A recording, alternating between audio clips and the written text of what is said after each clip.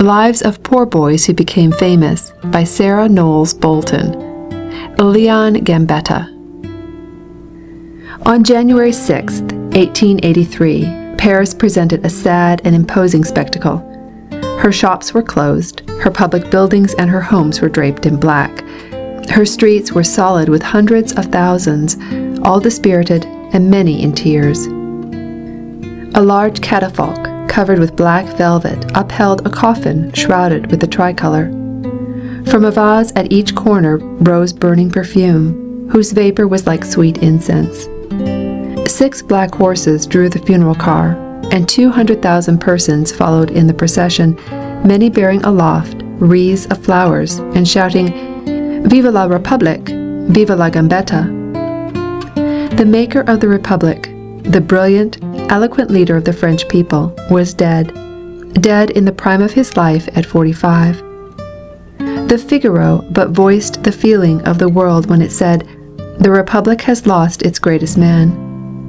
America might well mourn him as a friend, for he made her his pattern for his beloved France.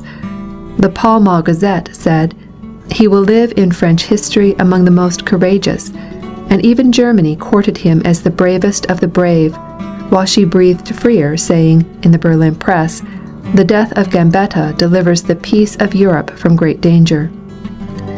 The hand that would sometime doubtless have reached out to take back sobbing Alsace and Lorraine was palsied.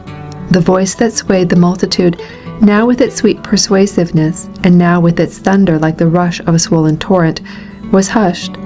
The supreme will that held France like a willing child in its power had yielded to the inevitable, death.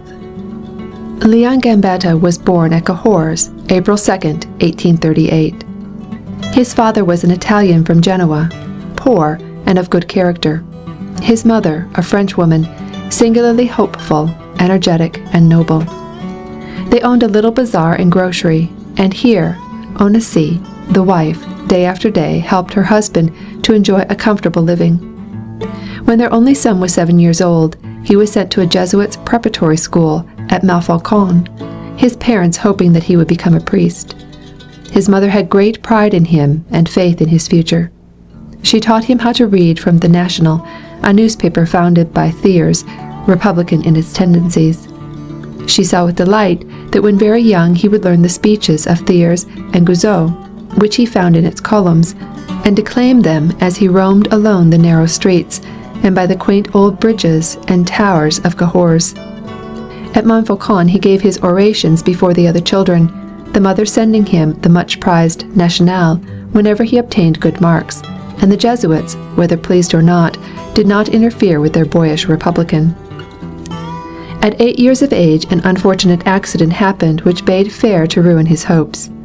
While watching a cutter drill the hand of a knife, the foil broke, and a piece entered the right eye, spoiling the sight. 20 years afterward, when the left, through sympathy, seemed to be nearly destroyed, a glass eye was inserted, and the remaining one was saved. When Leon was 10 years old, the Revolution of 1848 deposed Louis-Philippe, the Orleanist, and Louis Napoleon was made President of the Republic. Perhaps the people ought to have known that no presidency would long satisfy the ambition of a Bonaparte. He at once began to increase his power by winning the Catholic Church to his side. The Jesuits no longer allowed the boy Leon to talk republicanism. They saw that it was doomed. They scolded him, whipped him, took away the National, and finally expelled him, writing to his parents, "You will never make a priest of him. He has an utterly undisciplinable character." The father frowned when he returned home, and the neighbors prophesied that he would end his life in the Bastille for holding such radical opinions. The poor mother blamed herself for putting the National into his hands, and thus bringing all this trouble upon him. Ah, she wrought better than she knew. But for the National, and Gambetta's unconquerable love of a republic, France might today be the plaything of an emperor. Meantime, Louis Napoleon was putting his friends into office, making tours about the country to win adherents, and securing the army and the police to his side. At 7 o'clock, on the morning of December 2, 1851, the famous coup d'etat came, and the unscrupulous president had made himself emperor. Nearly 250 deputies were arrested and imprisoned, and the Republicans who opposed the usurpation were quickly subdued by the army. Then the French were graciously permitted to say, by ballot, whether they were willing to accept the empire. There was, of course, but one judicious way to vote, and that was in the affirmative, and they thus voted. Joseph Gambetta, the father, saw the political storm which was coming, and fearing for his outspoken son, locked him up in a lyceum at Cahors till he was 17. Here he attracted the notice of his teachers by his fondness for reading, his great memory, and his love of history and politics. At 16 he had read the Latin authors and the economical works of Proudhon. When he came home, his father told him that he must now become a grocer and succeed to the business. He obeyed, but his studious mind had no interest in the work. He recoiled from spending his powers in persuading the mayor's wife that a yard of Genoa velvet at 20 francs was cheaper than the same measure of the Leon article at 13. So tired and sick of the business did he become that he begged his father to be allowed to keep the accounts, which he did in a neat, delicate hand. His watchful mother saw that her boy's health was failing. He was restless and miserable. He longed to go to Paris to study law, and then teach in some provincial town. He planned ways of escape from the hated tasks, but he had no money and no friends in the great city. But his mother planned to some purpose. She said to Monsieur Meunier, the chocolate maker, "I have a son of great promise, whom I want to send to Paris against his father's will to study law. He is a good lad and no fool, but my husband, who wants him to continue his business here, will, I know, try to starve him into submission. What I am about to propose is that if I buy your chocolate at the rate you offer it, and buy it outright instead of taking it to sell on commission, will you say nothing if I enter it on the book at a higher price and you pay the difference to my son?" Meunier, interested to have the boy prosper, quickly agreed.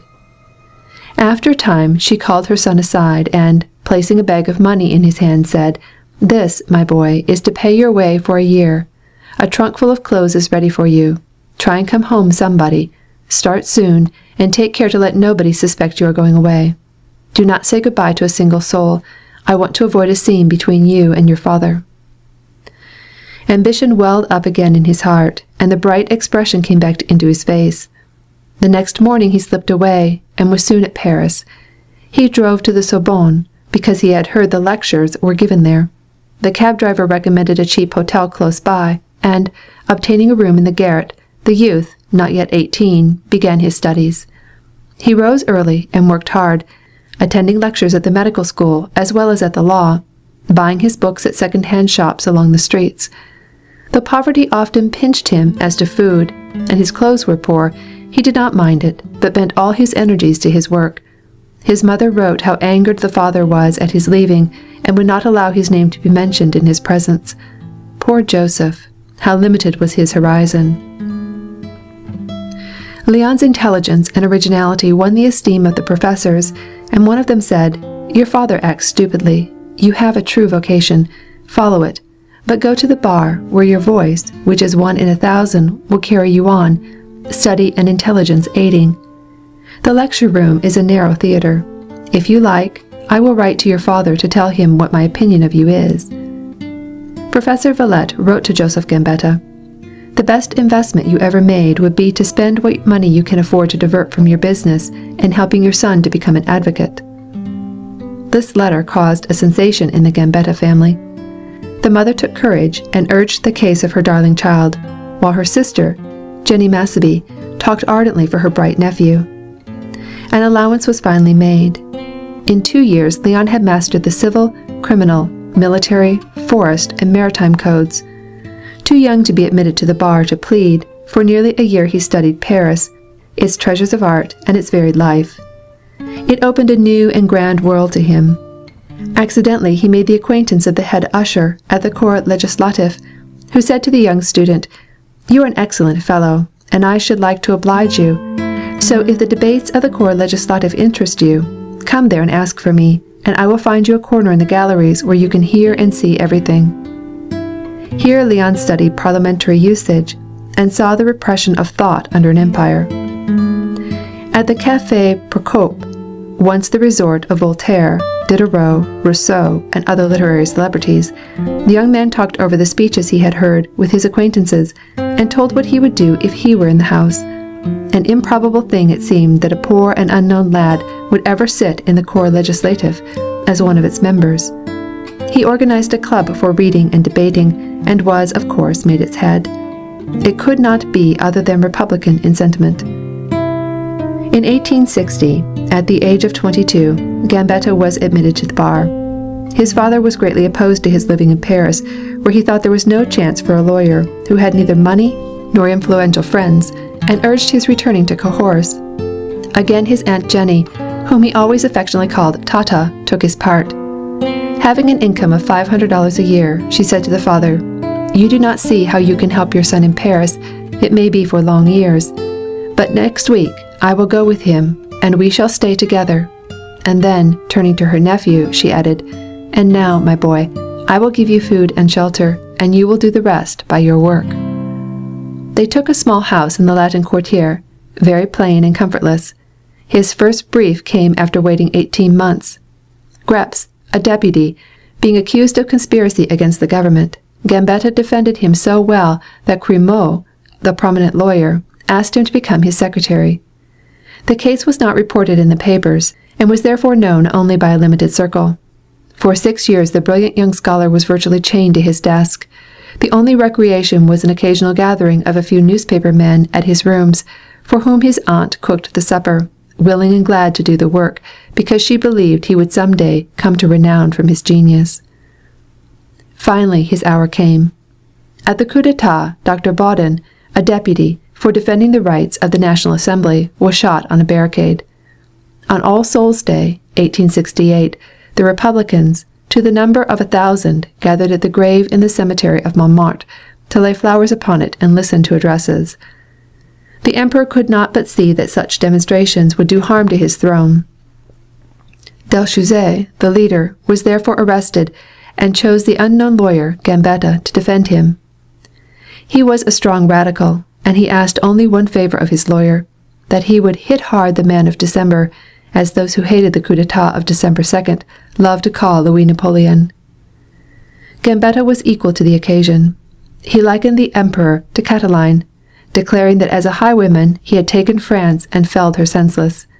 "For 17 years, he said, you have been masters of France, and you have never dared to celebrate the 2nd of December. It is we who take up the anniversary, which you no more dare to face than a fear-haunted murderer can his victim's corpse." When finally, overcome with emotion, Gambetta sank into his seat at the close of his speech, the die was cast. He had become famous from one end of France to the other, and the empire had received a blow from which it never recovered. That night at the clubs and in the press offices, the name of Leon Gambetta was on every lip. It is not strange that in the elections of the following year he was asked to represent Belleville and Marseille, and chose the latter, saying to his constituents that he was in irreconcilable opposition to the empire. He at once became the leader of a new party, the Irreconcilables, and Napoleon's downfall became from that hour only a question of time. Gambetta spoke everywhere, and was soon conceded to be the finest orator in France.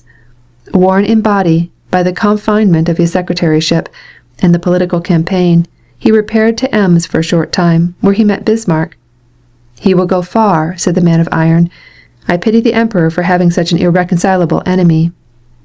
The National, under Madame Gambetta's teaching in childhood, was bearing fruit. Napoleon saw that something must be done to make his throne more stable in the hearts of his people. He attempted a more liberal policy, with Émile Ollivier at the head of affairs. But Gambetta was still irreconcilable, saying in one of his great speeches, "We accept you and your constitutionalism as a bridge to the Republic, but nothing more." At last war was declared against Prussia, as much with the hope of promoting peace at home as to win honors in Germany. Everybody knows the rapid and crushing defeat of the French, and the fall of Napoleon at Sedan, September 2nd, when he wrote to King William of Prussia, "Not having been able to die at the head of my troops, I can only resign my sword into the hands of your Majesty." When the news reached Paris on the following day, the people were frantic. Had the emperor returned, a defeated man, he could never have reached Tuileries alive. Crowds gathered in the streets, and forced their way into the hall of the Corps Legislatif.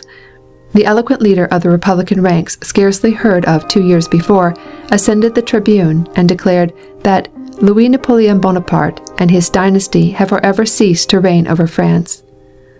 With Jules Favre, Ferry, Simon, and others, he hastened to the Hôtel de Ville, writing on slips of paper and throwing out to the multitude the names of those who were to be the heads of the provisional government. Cool, fearless, heroic, Gambetta stood at the summit of power and controlled the people. They believed in him because he believed in the Republic. Meantime, the German armies were marching on Paris. The people fortified their city and prepared to die, if need be, in their homes. Before Paris was cut off from the outside world by the siege, part of the governing force retired to Tours. It became necessary for Gambetta, in October, to visit this city for conference, and to accomplish this, he started in a balloon, which was just grazed by the Prussian guns as he passed over the lines. It was a hazardous step, but the balloon landed in the forest near Amiens, and he was safe. When he arrived in Tours, there was not a soldier in the place.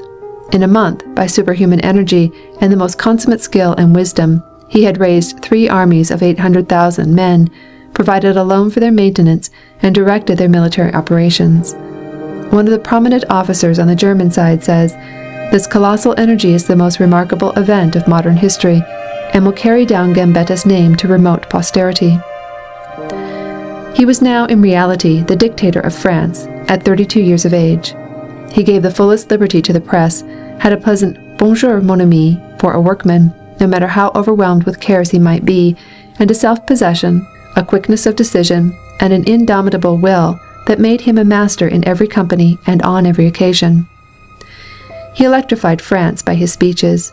He renewed her courage and revived her patriotism. Even after the bloody defeat of Bazaine at Gravelotte and his strange surrender of 170,000 men at Metz, Gambetta did not despair of France being able, at least, to demand an honorable peace. But France had grown tired of battles. Paris had endured a siege of 4 months, and the people were nearly in a starving condition. The communists, too, were demanding impossible things. Therefore, after 7 months of war, the Articles of Peace were agreed upon, by which France gave to Germany $1,400 million to be paid in 3 years, and ceded to her the provinces of Alsace and Lorraine. Gambetta could never bring himself to consent to these humiliating conditions, and on the day on which the terms were ratified, he and his colleagues from these 2 sections of the country left the assembly together. Just as they were passing out, the venerable Jean Cus, mayor of Strasbourg, staggered up to Gambetta, saying, "Let me grasp your patriot's hand. It is the last time I shall shake it. My heart is broken. Promise to redeem brave Strasbourg." He fell to the floor and died almost immediately. Gambetta retired to Spain, till recalled by the elections of the following July. He now began again his heroic labors, speaking all through France, teaching the people the true principles of a republic, not communism, not lawlessness, but order, prudence, and self-government. He urged free, obligatory education, and the scattering of books, libraries, and institutes everywhere. When Thiers was made the first president, Gambetta was his most important and truest ally, though the former had called him a furious fool. So ready was the great Republican to forgive harshness. In 1877, he again saved his beloved Republic. The monarchists had become restless, and finally displaced Thiers by Marshal MacMahon, a strong Romanist, and a man devoted to the empire. It seemed evident that another coup d'etat was meditated. Gambetta stirred the country to action. He declared that the president must submit or resign, and for those words he was sentenced to 3 months' imprisonment and a fine of $400, which sentence was never executed. MacMahon, seeing that the Republic was stronger than he had supposed, soon after resigned his position and was succeeded by M. Grevet. Gambetta was made president of the Assembly, and doubtless, if he had lived, would have been made president of the Republic.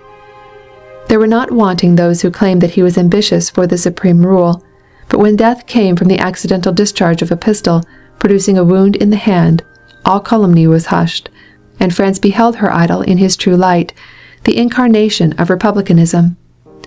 2 hours before his death, at his plain home just out of Paris at Ville d'Avray, he said, "I am dying. There is no use denying it, but I have suffered so much that it will be a great deliverance."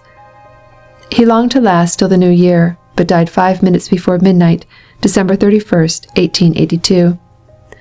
The following day, 15,000 persons called to see the great statesman as he lay upon his single iron bedstead. Afterward the body lay in state at the Palais Bourbon, the guards standing near to their knees in flowers. Over 2,000 wreaths were given by friends. Alsace sent a magnificent crown of roses.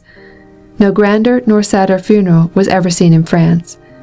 Paris was urgent that he be buried in Père Lachaise, but his father would not consent. And so the body was carried to Nice to lie beside his mother, who died a year before him, and his devoted aunt, who died 5 years previously. Every day Joseph Gambetta lays flowers upon the graves of his dear ones. Circumstances helped to make the great orator, but he also made circumstances. True, his opportunity came at the trial, after the Baudin demonstration, but he was ready for the opportunity. He had studied the history of an empire under the Caesars, and he knew how republics were made and lost. When in the Corps Legislatif a leader was needed, he was ready, for he had carefully studied men. When at Tours he directed the military, he knew what he was doing, for he was conversant with the details of our civil war. When others were sauntering for pleasure along the Champs-Élysées, he had been poring over books in an attic opposite the Sorbonne. He died early, but he accomplished more than most men who lived to be twice 45. When, in the years to come, imperialists shall strive again to wrest the government from the hands of the people, the name of Leon Gambetta will be an inspiration, a talisman of victory for the Republic. End of section 19.